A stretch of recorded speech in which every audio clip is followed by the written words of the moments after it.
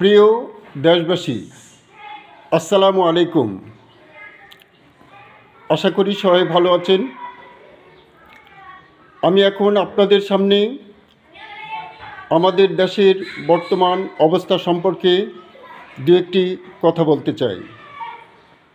আপনারা জানেন যে আমাদের স্বাধীনতা সার্বভৌমত্ব রক্ষা করার জন্য অবশ্যই সকলকে ঐক্যবদ্ধ হতে হবে এবং অঙ্গীকারাবদ্ধ হতে হবে যে কোনো মূল্যে আমরা আমাদের স্বাধীনতা এবং সার্বভৌমত্বকে রক্ষা করব। রাজনীতিতে একটি কথা আছে, ব্যক্তির চেয়ে দল বড়, দলের চেয়ে দেশ বড়।